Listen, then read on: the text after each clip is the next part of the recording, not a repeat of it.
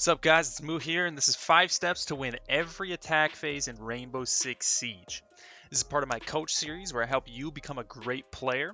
I like to keep these short and sweet, so let's hop right into it. Number 1, intel is king, use your drones. So the prep phase is huge, right? Because you want to take your drone and you can set it up before the attack phase, before any timers start, and get as much intel as you can. So if you have one teammate out of the 4 that just dies on site, maybe finds the site, pings as much people as you can, then you'll have intel on what operators they're running and how you want to run your attacking setup. Almost every round, you're just going to want to have all 5 teammates set their drones up somewhere. I like to get mine really as far north as I can. I have different spots on different maps that I like, but you can just find ones for yourself. Hop up on some bookshelves, hop up on like some windows, get it as high as you can on ceiling fans, whatever it is. There's a lot of god spots for drones that'll give you so much intel. One of the things you don't want to do is just dive right on site and kill your drone. If a defender shoots your drone, it's useless. But if we have all 5 drones watching hallways, maybe not directly on site, but just around, that'll give you so much intel, it'll swing the whole outcome of a round. Number 2, intel is king. Again, destroy camps. So when you're attacking, you want to destroy all the defenders' camps.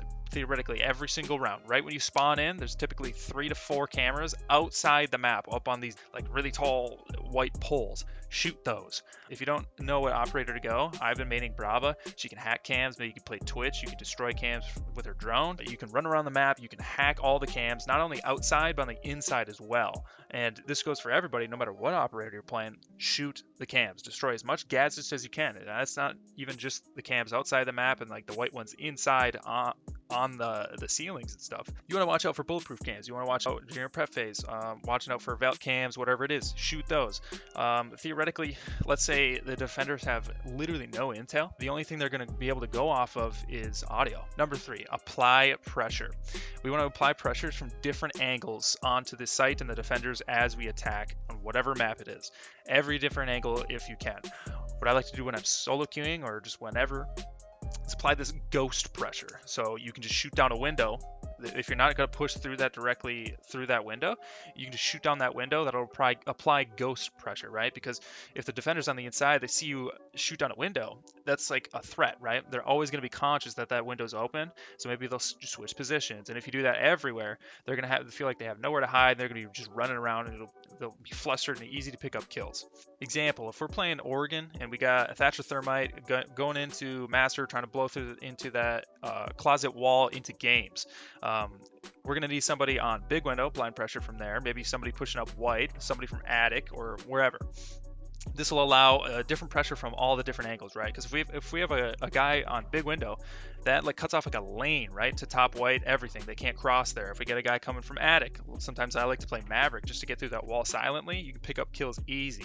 If we get a guy like if we got the 2 Thatcher Thermites coming through that games wall, the defenders can't see every angle at once, right? So if we get applying pressure from every direction, like on average, that's gonna be how you pick up kills, because the defenders they can't watch everywhere. Number 4, plan.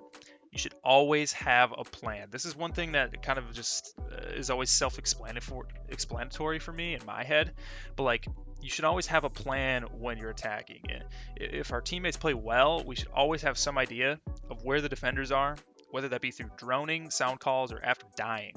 From the beginning of the round, we should always have a plan where we're going and why.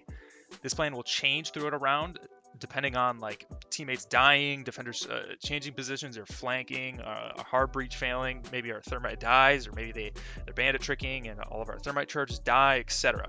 All right, so here's an example of plans change, right? You should always have a plan. So we're on basement of clubhouse here. We're on attack. Let's say that we are the Habana. It's in a 1v1 situation at the end of the round. Our teammate has died with diffuser below bikes. Let's say you're coming down main steps, you're like about to swing main hallway and figure out what to do from here. Maybe come this way, grab diffuser, and then go from there. Well, we have cams down, right? Hopefully. Let's say we have a cam like AKs. We get comms that the dock is backside on A right here. Well, we don't want to swing that because typically there's footholds here, right? So he's just going to shoot us as soon as we walk in. So it might sound dumb, but maybe take a sec. Let's say we have like a minute left.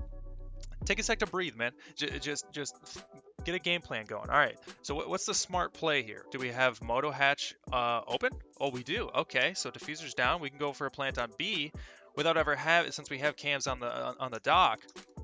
We can just go back upstairs, go drop down the Moto Hatch, grab diffuser, come into B site, get a plant down, maybe like right here, while we have cams on this dock, and then my teammates can just let me know what he's doing. Is he coming this way? Is he swinging hallway? Is he going through blue? Maybe looking through some of these holes, and from there we can just play time, rotate around, do whatever we need to do. You should always have a plan. Number 5, operator setup.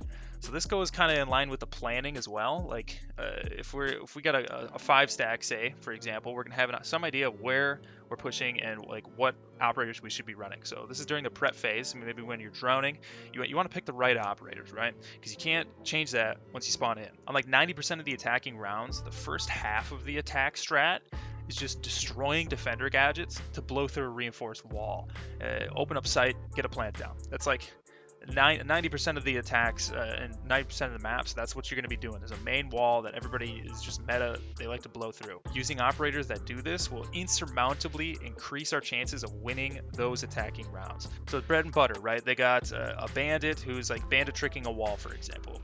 We want to bring a Thatcher Thermite, because if the Thatcher throws his EMP grenades, he can destroy those bandit charges, hopefully get our Thermite in there and blow open that wall, right? We'll get a plant down. That'll make the rounds so much easier.